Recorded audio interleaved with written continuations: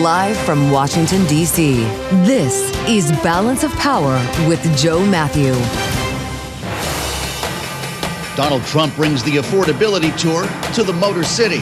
Welcome to the Tuesday edition as the president's trip coincides with a new CPI showing prices rising less than expected in December. We're going to get the latest on the president's message and a live report from the White House, Bloomberg's Tyler Kendall, and we'll get into the politics of affordability with Democratic Congressman Krishnamoorthi and with our political panel coming up. Later, we'll bring you a special conversation with the CEO of Roche Pharmaceutical, live from the J.P. Morgan Healthcare Conference underway this week. President Trump is going to be speaking about an hour from now before the Economic Club of Detroit. He's already there. In fact, part of his day includes touring a Ford factory as he tries to seize once again on the issue of affordability. This is not a new one for this White House. In fact, this is the latest stop on what many are calling the affordability tour, which the president kicked off in Pennsylvania at the end of last year. He also had a primetime address at the end of last year. Same issue, trying to deal with prices. And today, of course, it's coming against the backdrop of a CPI report that showed core inflation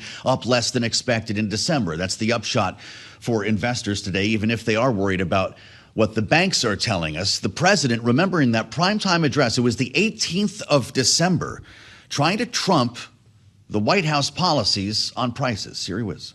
Let's listen.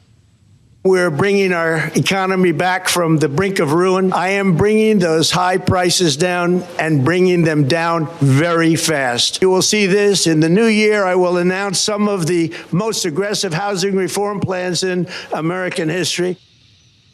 And of course, he did just days ago announce his ban, or at least his call for a ban on institutional investors buying single-family homes. He's also made news with capping credit card rates, among other issues that we're likely to hear about. And by the way, Bloomberg Radio is going to be taking that, Bloomberg TV and radio, the speech in full coming up, if he's on time, of course, at the top of the hour. Let's start, though, with Bloomberg's Tyler Kendall. She's at the White House right now, where the conversation is about affordability on this day. The president will be back before the day is over. Tyler, what's going to be the message when we see him in Detroit? Yeah, hey, Joe. Well, we are expecting President Trump to try to refocus the narrative around his economic policies with this trip to a critical battleground state today. And he is already making headlines on his first stop while touring a Ford manufacturing plant. He's talking to reporters as we speak. One of the headlines crossing is that he's saying that we can't expect a Federal Reserve chair pick within the next few weeks. Not necessarily news that's in line with our prior expectations that that decision could come later this month. But it does go to show how the economy is really front and center for President Trump today as he continues on later this afternoon to address the Detroit Economic Club. And this is a place, Joe, I think it's worth mentioning, where President Trump has made significant inroads in the state, but it is also a state that has a mixed economic picture. A new poll released by the Detroit News earlier today finds that 2/3 of likely Michigan voters feel that costs have gone up for them over the past year, and that is really putting the pressure on this White House that has been playing defense over the issue of affordability. And that is why we are expecting President Trump to really tout some of these proposals that fall in perhaps the more populist camp when it comes to his ideas, even if they might not all have the congressional wherewithal at the moment to get through, including, as you just outlined, the proposal to cap interest rates on credit cards or ban institutional investors from buying single-family homes. This is President Trump's third domestic visit since early December in what we were expecting to be this affordability tour, and comes after a week where geopolitics has really been in the spotlight. Joe, the White House press secretary Caroline Leavitt previewed to reporters on Air Force One on the way over to Michigan that we can also expect President Trump to talk about Iran. One of the headlines that's just crossing is that he is telling reporters there with him in Michigan that it is a good idea if Americans evacuate from Iran. As we know, this White House is mulling potential action in the country.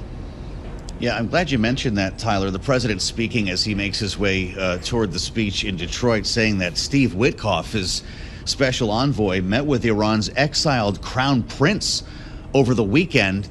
Axios is now adding that headline to his commentary on evacuating Iran. We don't have any other thoughts of imminent action, do we? The president was supposed to be briefed today on options. Has he made up his mind?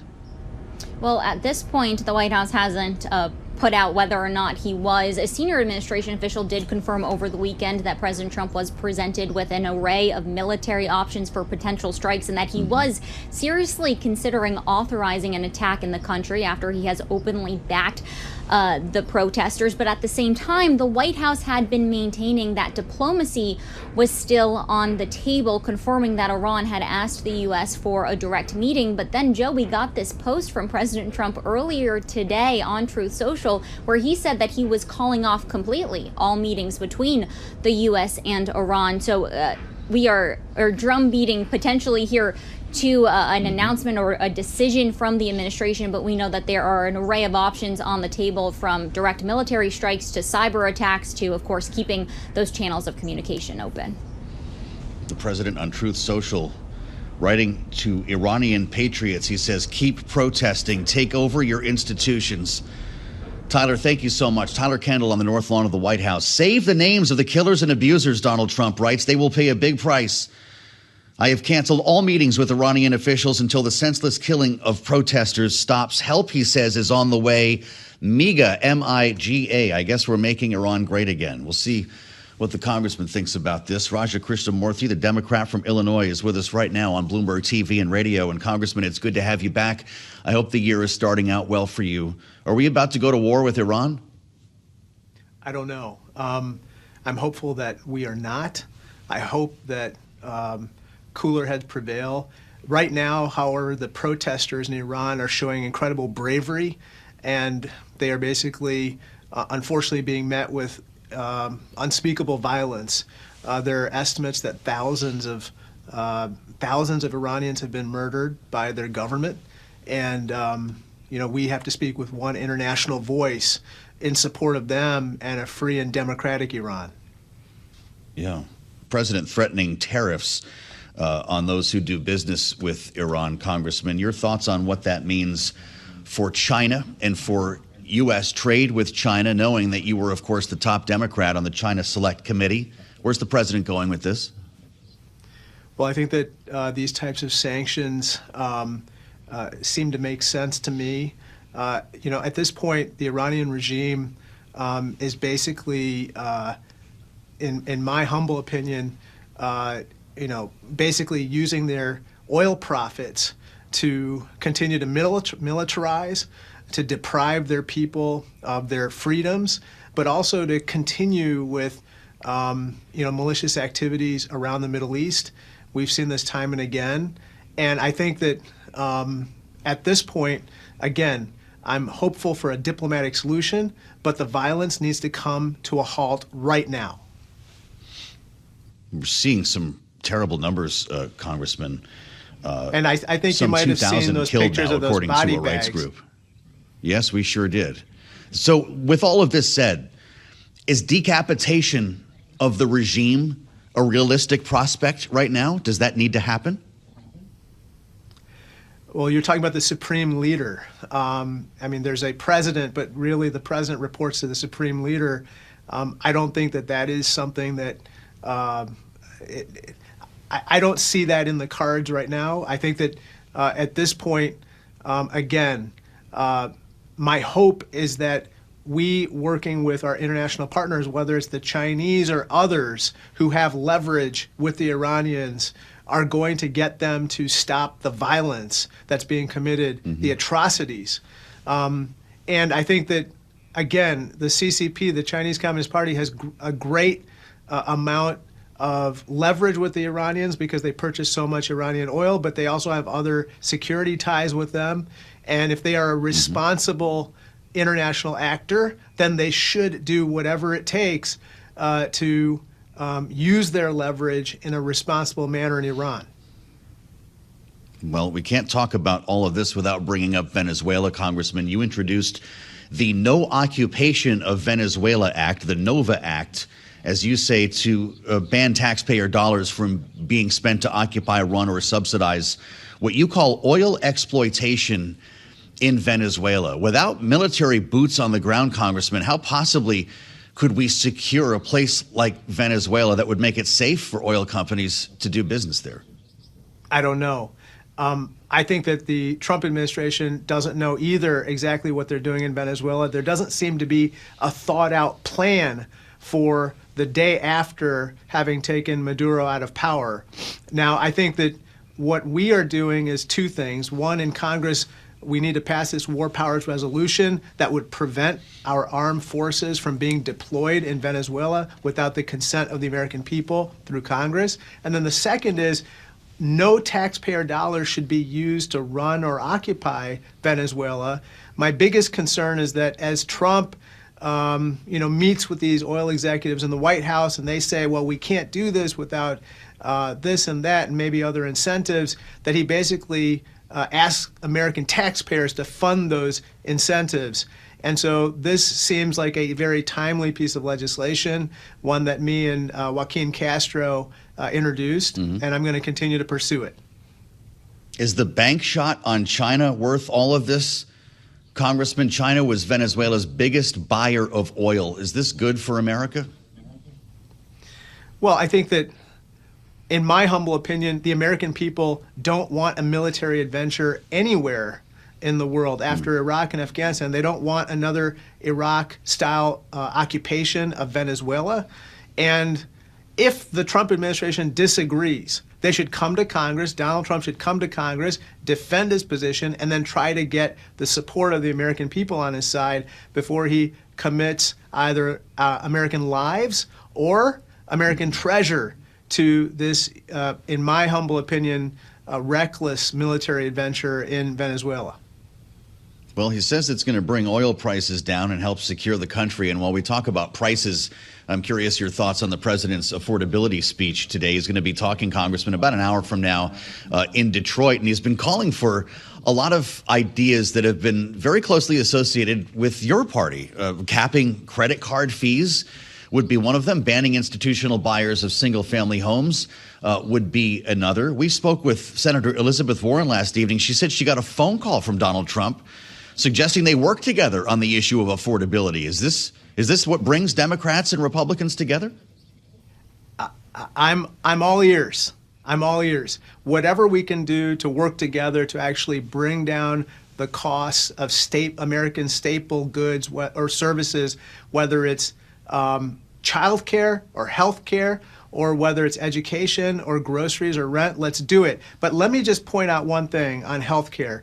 Allowing those ACA tax credits to expire has now caused premiums to skyrocket by, according to the Kaiser Family Foundation, 114% for 22 million Americans, 4 million of whom are going to lose their health insurance. So one good place to start would be Donald Trump instructing Senate Republicans to take up the legislation we passed in the House to extend ACA tax credits for 3 years so that we can actually bring down the cost of health care for millions of Americans. That would be a good place to start. Okay, what if it's a slightly different version, like the Moreno bill that we're seeing come to form in the Senate, Congressman? It would not be a clean extension, and it wouldn't be 3 years. It would be 2, along with some eligibility requirements and an income cap. Is that something that you could see becoming law? Possibly. I mean, let's talk. Let's have a negotiation. I would absolutely. I think having some kind of restriction on abortion as part of any kind of extension of the ACA, in my opinion, is a deal breaker. But apart from that, we can talk about other parameters in the ACA, and let's get it done ASAP, because I have constituents who can no longer afford their health care. I have one person, Shadeen Butchart, who has ALS.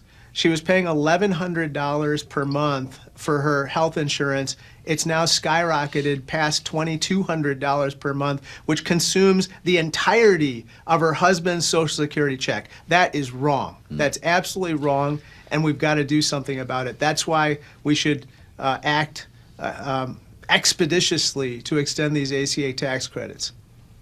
You'd also have to extend the window for open enrollment, right? There's talk, I think, Sure. of March 15th. Would that be enough to get people who figured there was no opportunity for them to get back on the rolls?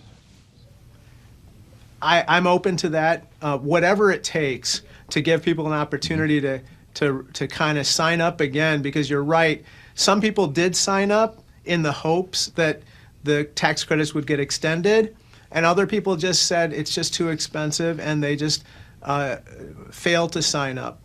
And so let's give them a chance to come back, and let's make sure, again, if we're really serious about this affordability issue, it starts with health care, and let's give people a chance to once again be able to access health insurance.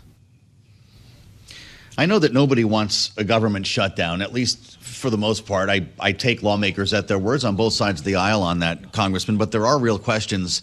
Even as the House and Senate make progress on a series of minibuses, there are questions about a funding deadline at the end of the month, particularly after the fatal ICE shooting in Minneapolis and how that may hang up DHS funding. What do you see from your perch on the Hill? Is a shutdown possible? Well, I think that with regard to DHS, you may have a situation where, if Republicans are dug in, that there should be absolutely no reforms whatsoever, that ICE should be able to act with impunity as they have. I don't see a lot of Democrats joining on to that because in Chicago, which has been ground zero for ICE operations, we're talking about, thousands of people who were affected negatively.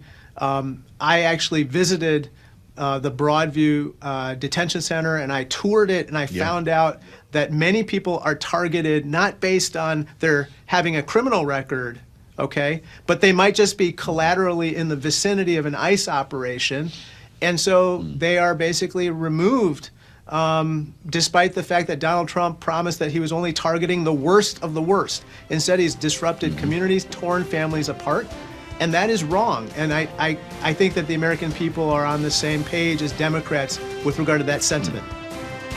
Well, this DHS funding issue could be a real problem, it sounds like, as we approach the deadline. Congressman Raja Krishnamoorthi, thank you, as always, the Democrat from Illinois, with us live only on Bloomberg TV and radio. Thank you for spending part of your Tuesday with us on Balance of Power. I'm Joe Mathieu in Washington. Shares of Ford right now tipping a bit lower. No love for Ford, even as they get a presidential visit today in Detroit. There's a live view if you're with us on Bloomberg TV or on YouTube. The president standing side by side with Jim Farley and Bill Ford as he tours this plant ahead of a speech to the Economic Club of Detroit that we'll be bringing you live here on Bloomberg. It's scheduled to start top of the hour, 2 p.m. Eastern time. We'll see how close to on time things get when you start touring around and so forth. Once you leave the bubble, sometimes the clock goes out the window. But this, of course, has everything to do with affordability. That's why the president has left the White House, has left the Capitol today, and is being seen with these gentlemen. They're going to be talking about lowering prices on any number of things, including cars. And this is the latest stop on the so-called affordability tour, remembering the president's primetime address last month, his speech in Pennsylvania, now another in Michigan, a battleground state, and a very important audience for this president, and important optics as well as he spends time with workers in that plant. He was just taking selfies with one of the engineers before we gave you a peek at what was going on. And before we send you out to the J.P. Morgan Healthcare Conference in San Francisco, we'll have a conversation with the CEO at Roche Pharmaceuticals for you. We're going to assemble our political panel to get a sense of what we should be thinking and listening for when the president speaks a bit later on. Bloomberg Politics contributor Jeanne Zaino is with us, democracy visiting fellow at Harvard Kennedy School's Ash Center, alongside Republican strategist Maura, the founder of Bluestack Strategies. Jeanne, some Democrats like to say that the president is taking a page, if not stealing, or trying to steal an issue from progressives. If that's the case, is he doing a good job? He is, trying to steal that page, and there's more than one. I don't think he's doing a good job for this reason. Politically, the strategy makes sense, but you've got to have a plan to put these into place. And so far, what we've gotten from the president is a sort of piecemeal list of ideas. And we're hearing even from the Speaker of the House today, he likes to throw out ideas. There's not a lot of support in Congress. So that's where the problem comes in. And the other part of it is in this speech, is he going to be able to stick to the affordability message? The first speech like this he gave, he said basically, they want me to talk about this. I'm not really that interested, but I'll go ahead and do it because they want me to. That's not the attitude he can have if he's going to go on an affordability tour. So he's got to have a plan to put these ideas into place. And he's got to be on message, and he's got to embrace the idea that affordability matters more to Americans than Venezuela, Iran, or anything else. And he's got to tackle the issue head on. Is this going to be a preview, Maura, of the State of the Union address? I'm assuming that affordability will be the top theme when he speaks to a joint session of Congress. Affordability should be the top theme of his address to Congress, but I also don't know that what he's been saying lately and some of the ideas that he has thrown out there are going to be well received, at least by most of Congress and most of the people, not only in that room, but who are watching. His policies that he's recently been saying, caps and things of that nature. John Thune said, I don't think he's really thought it through. That's because it sounds more like Bernie Sanders and what Elizabeth Warren want, not what Republicans want. And I think that that's going to cause, some problems when it's explained to the American people and particularly the MAGA voters of what he's talking about. And so I do think it's an interesting rebuke, though, that you're hearing from Speaker Johnson and from John Thune, the fact that they said, as you put it, threw cold water on it, but also said that it's not been thought through.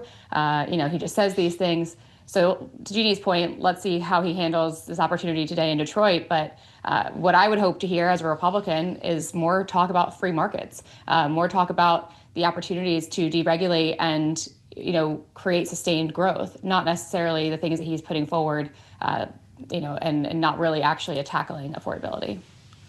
I don't know if we hear about tariffs, Jeanne. He referred to himself as Mr. Tariff in his own post on Truth Social. But we could get a Supreme Court ruling as soon as tomorrow on the tariff regime. Does the president have to be careful the way he frames this, knowing that this legal challenge could change his reality when it comes to this? Yeah, I think it was yesterday he posted on Truth Social or said that, if they go against him, that they being the Supreme Court on this case, we are all in big trouble, although he used a far more colorful word to describe that you're trouble.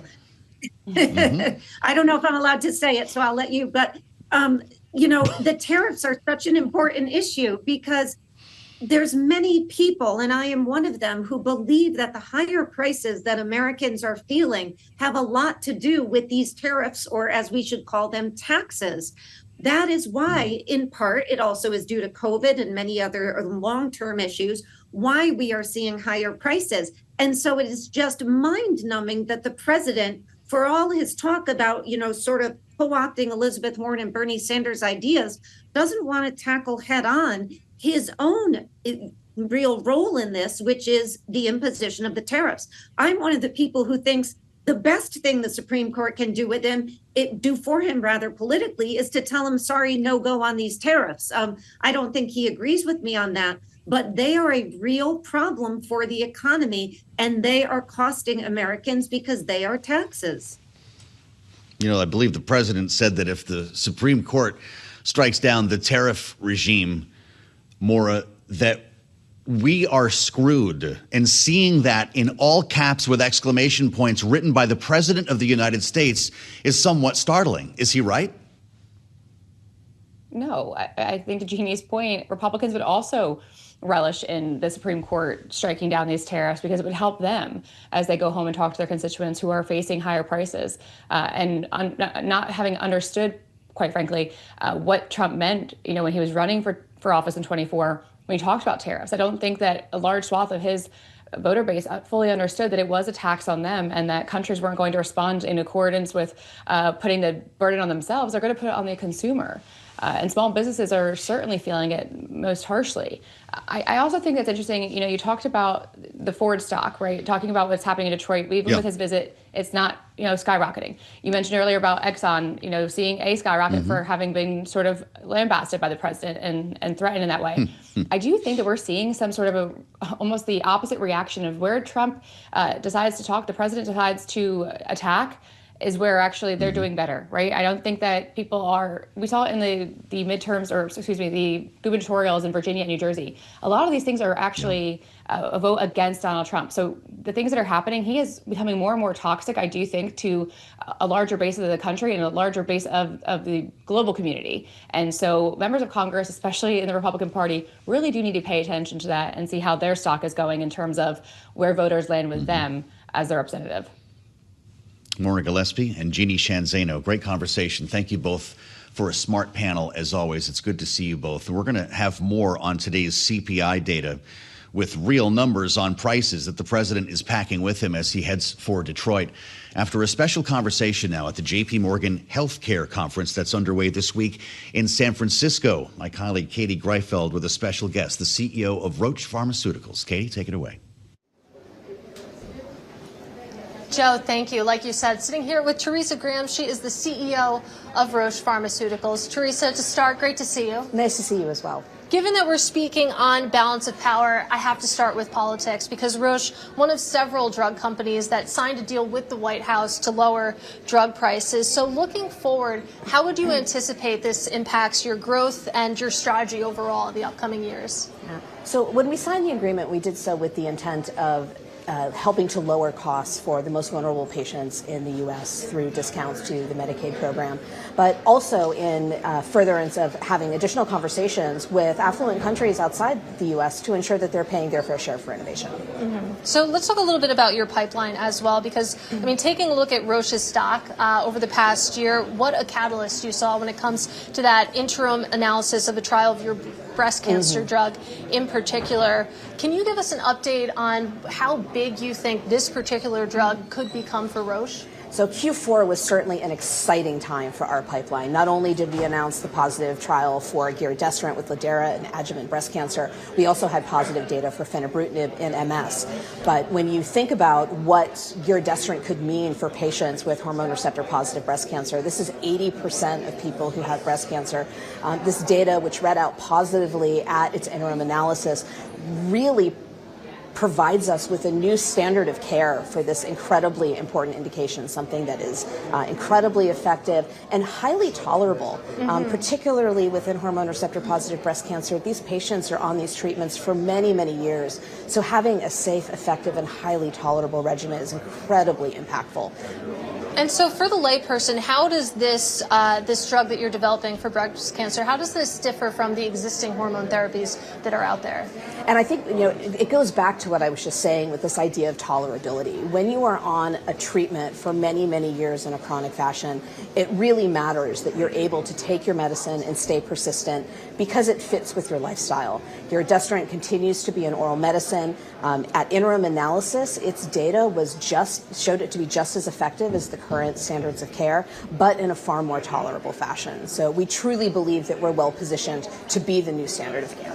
And I know that one of the pillars of your focuses here as CEO has been expanding the presence when it comes to obesity therapies, obviously the talk of the town here in J.P. Morgan. So you have a candidate. It's in phase 3 studies right now. When is the next readout? What should investors be looking for?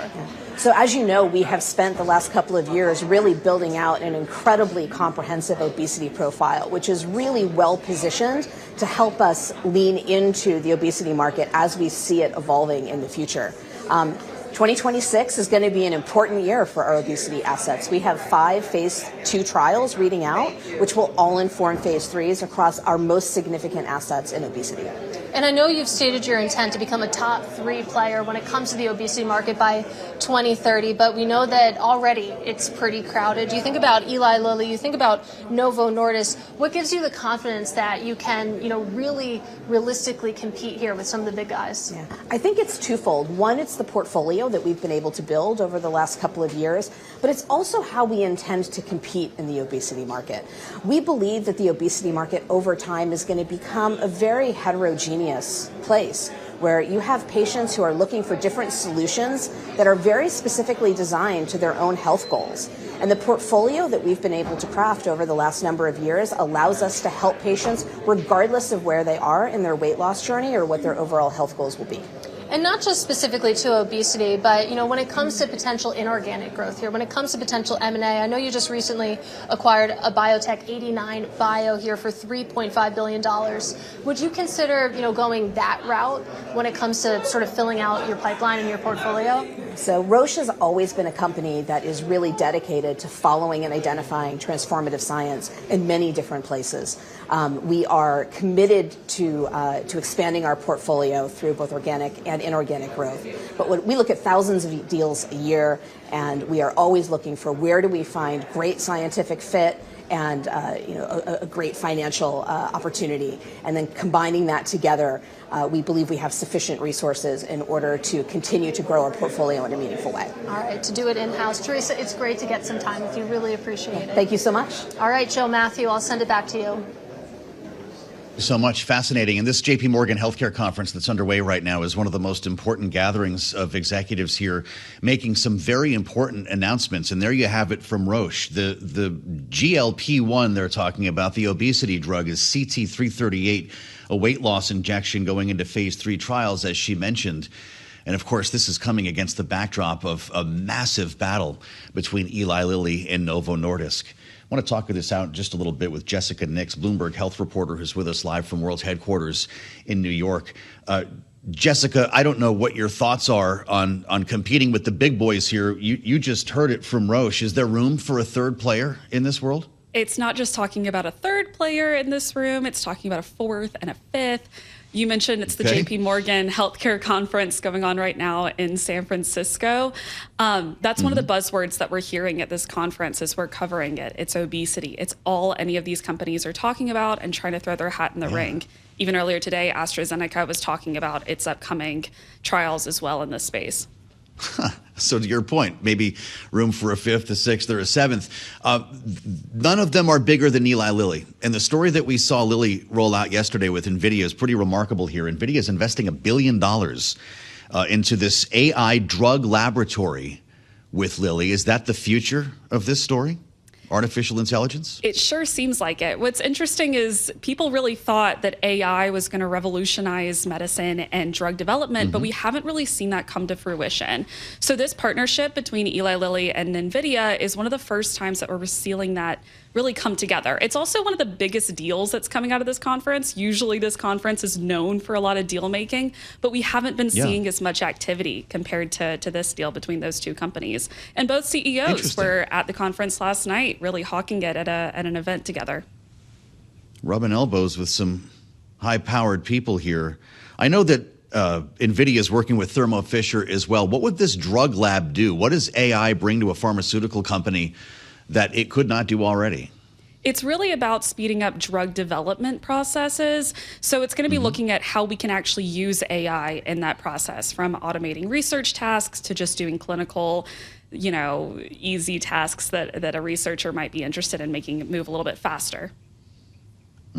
I guess the potential win here isn't just on this specific project, but to your point, opening people's minds to what's possible here. We talk so much about use cases. Jessica, this is a pretty big one. Yeah, it definitely is. It's also not the first time that these two companies have teamed up together. They also worked on a supercomputer that's currently being housed at Eli Lilly's headquarters in Indianapolis, and it's supposed to be fully functional in the first quarter of this year. Interesting. Jessica, you mentioned not maybe as many announcements as usual, but anything else that you've got your eyes on the rest of this week at the JP Morgan Healthcare Conference? Oh, there are quite a few things. Like I mentioned, we're hearing a lot about obesity, but we're also hearing some details about these most favored nation drug policy deals that companies have struck with the Trump administration. We've seen about 16 companies strike these deals to avoid tariffs so far. Last night, we just had another one. AbbVie has now said that they've struck a deal as well. But we are really looking for more of those kind of details of what went into making those deals. So far, companies have been tight-lipped, but they are really hawking that they've created them.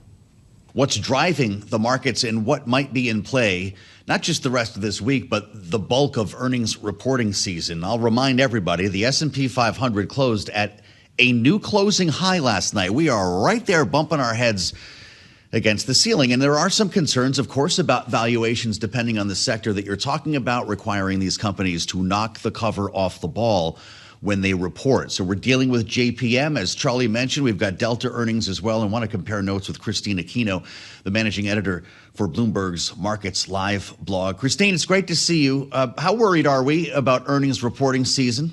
Well, look, Joe, I think there's not really a lot of worry going into it, which perhaps is a worry in and of itself, right? Yeah. I mean, we did hear from JP Morgan. Jamie Dimon is still insisting that the consumer remains healthy. They're still spending. And so, that matches a lot of the optimism that we entered 2026 with. And for a lot of the skeptics out there, the question is, when is the next shoe going to drop? Well, it hasn't dropped yet, at least with JP Morgan earnings. Yeah, I want to actually have everyone hear what you're referring to. Jamie Dimon talking about the health of the economy. You sound pretty upbeat about it. Here he is. If you ask me, in the short run, call it 6 months and 9 months and even a year, it's pretty positive. Consumers have money.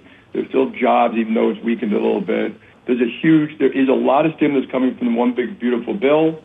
Deregulation is a plus in general, not just for banks, but banks will be able to redeploy capital. But the backdrop is also important, but the timetables are different. Geopolitical is an enormous amount of risk. And we can't quantify geopolitical right now, Kristine, so why don't we seize on everything else that he said? Coming off of this CPI report, should investors be feeling good about the economy going into 2026, knowing there were a lot of worries about the job market? Yeah, absolutely, Joe. And very interesting, that CPI report, because it seemed like the markets really seized on that lower than expected core CPI number. But when you look under the hood, there's still a lot of problematic parts to that report. I mean, namely, as one of our strategists put it, if you don't need to eat or drink, then you're fine. But the rest of us who have to deal with that, we're going to have to deal with higher prices for food, higher prices for goods. That's really what the report and the details of it showed us. And so I think that's why the reaction in the markets, initially it was positive for bonds, easier inflation. But when you look under the hood, there are still signs of inflationary pressures, especially in very consumer sensitive, important sectors of the economy. Again, with food and drink, as well as some prices of goods. And so, you really have to wonder, how much longer can consumer resilience that Jamie Dimon is referring to deal with this? Well, if you heard our conversation just now with Jessica Nix, we got GLP-1. Soon we won't need to eat or drink, Christina. We'll be fine. Hey, what does Wall Street think about the investigation into Jay Powell? We saw markets, as I mentioned, close at an all-time high yesterday. I'm guessing this is call me back when it matters. What are you hearing? Yeah, I mean, Joe, like you said, right, it's difficult for markets at the moment to kind of quantify the tradable risk from this situation. I'm sure that a lot of our investors, a lot of our sources very much on top of the situation, very much wanting to monitor it, want the latest updates from it. But, markets historically are terrible at pricing risks such as this, just because it's difficult to kind of know what is the concrete outcome. And so until we really get a sense of how it's going to affect the path of interest rates, which is really the main thing that markets trade on, it's difficult to know how really to move on it. And this is exactly what we've seen in markets yesterday. There was a bit of a sense of paralysis in terms of how to react, very muted reactions from U.S. markets. Always great to spend some time with Kristine Aquino. We thank you, Kristine, to give you a sense of what they're talking about on the Markets Live blog. That's the force behind it. Now, when we consider the economy here and how that's going to play into earnings, we'll bring it back to President Trump earlier today as well. He was asked about this, knowing that he's going to be delivering a speech in the next hour in Detroit, Economic Club. Affordability is the key word today, as you can note from the president's rhetoric. Here's what he said getting on the chopper this morning. We have very low inflation, so that would give Too-Late Powell the chance to give us a nice, beautiful, big rate cut, which would be great for the country. But rates are falling also, and growth is going up. We have tremendous growth numbers, so growth is going up. So I'll be talking about that today in Detroit. It's a big speech. And I can only say that the country's doing well. He will be talking about that, and the country may well be doing well. But there are concerns about whether there's room for another rate cut. As he mentions, Too-Late Powell, he's talking about the Fed chair, of course, Jay Powell. We did learn today that core inflation rose less than expected in December. Core consumer prices up 0.2 from November. year to year, 2.6% matching a 4-year low. This is a good story to tell for the president today. He'll probably kick off his remarks with it, but that doesn't mean that lower interest rates are coming, as Martha Gimbel might tell us. Let's explore this with the executive director, co-founder of the Yale Budget Lab, former senior advisor of the White House Council of Economic Advisors. Martha, it's a pleasure to have you on Bloomberg TV and radio. Should the president expect interest rate cuts after that CPI today? You know, it's important to keep in mind two things at once. One, this was a good CPI report, and if you kind of dig into the bowels of it and look at some measures that aren't as affected by the issues that emerged due to the shutdown, it also looks good. It is also still the case that inflation is above the Federal Reserve's target. And, you know, we have seen other countries, in this country historically, people declare victory against inflation too early, and that tends to come back to bite you. At the same time, we have seen that weakening in the labor market. So the Federal Reserve is in a really tight spot at the moment. And one of the things that is most important right now is to signal and make it clear that the Federal Reserve can do what it needs to do to bring inflation all the way under control and really land the plane. And the more that this administration is signaling that the Federal Reserve may not have room to do that, the more difficult they're going to make the Federal Reserve's job. Well, it's already pretty difficult these days, and we're going to get a Supreme Court ruling, it appears, on tariffs, if not tomorrow, imminently, which could further complicate this whole equation. How worried are you about the job market in the new year? You know, I am increasingly itchy about the job market. You know, many measures are fine. The unemployment rate is not at an uncomfortable level. But hiring is really low. You've seen the unemployment rate kind of itching up. And I personally am particularly worried about the jump in the share of the labor force that's working part-time, but would like full-time work. We haven't seen a jump like we've seen in that number since COVID or before that, 2011. And, you know, 2011 was not a time in the labor market that we look back on fondly. So, you know, I am concerned that there is increasing weakness under the hood. Well, that's your answer then when I ask you if the Fed's going to cut rates later this month. These are two coexisting and competing philosophies here, as always. Does the president have a good story to tell today? Because you know he's going to say that prices are lower, which may not always be the case as he refers to specific items at the grocery store or at the gas pump or whatever it is. But he's been accused of doing something that your former administration, you worked for Joe Biden, who was frequently accused of trying to tell people how they feel as opposed to feeling their pain. What's this speech going to be like in Detroit? I mean, we're going to find out. I do think the administration, you know, needs to think about this. It is, you know, hard and it is frustrating when you see, you know, real wages keeping pace or even growing, and people still being really frustrated about prices. On the other hand, when people are telling you there's a problem, they don't tend to respond well when you just say, no, there isn't. And there are areas of real concern for people. Housing affordability is worse than it has been since the late 70s, early 80s. Childcare prices have been going really, really fast. And so even if overall people are better off than previous generations, there are pockets of strain. And those areas of strain, health insurance, childcare, housing, those are all things that are really emotional for people. And it's hard to argue with people's emotions. Well, that's really something. The president has been talking a lot about new initiatives, banning institutional buyers from the housing market, capping interest rates for credit cards, cracking down even on defense contractors giving away money in the form of dividends or even buying back their own stocks. This got the attention of Elizabeth Warren, who says, hey, I've been talking about all this stuff for years, and apparently they got on the phone yesterday. The president called her. Do these populist ideas help move the needle on prices if they're implemented? This is when I sound like a frustrating economist and go, we have research on a lot of these ideas. And the answer is no. Research says that when institutional investors come in, they actually increase supply, and that on net lowers rental prices.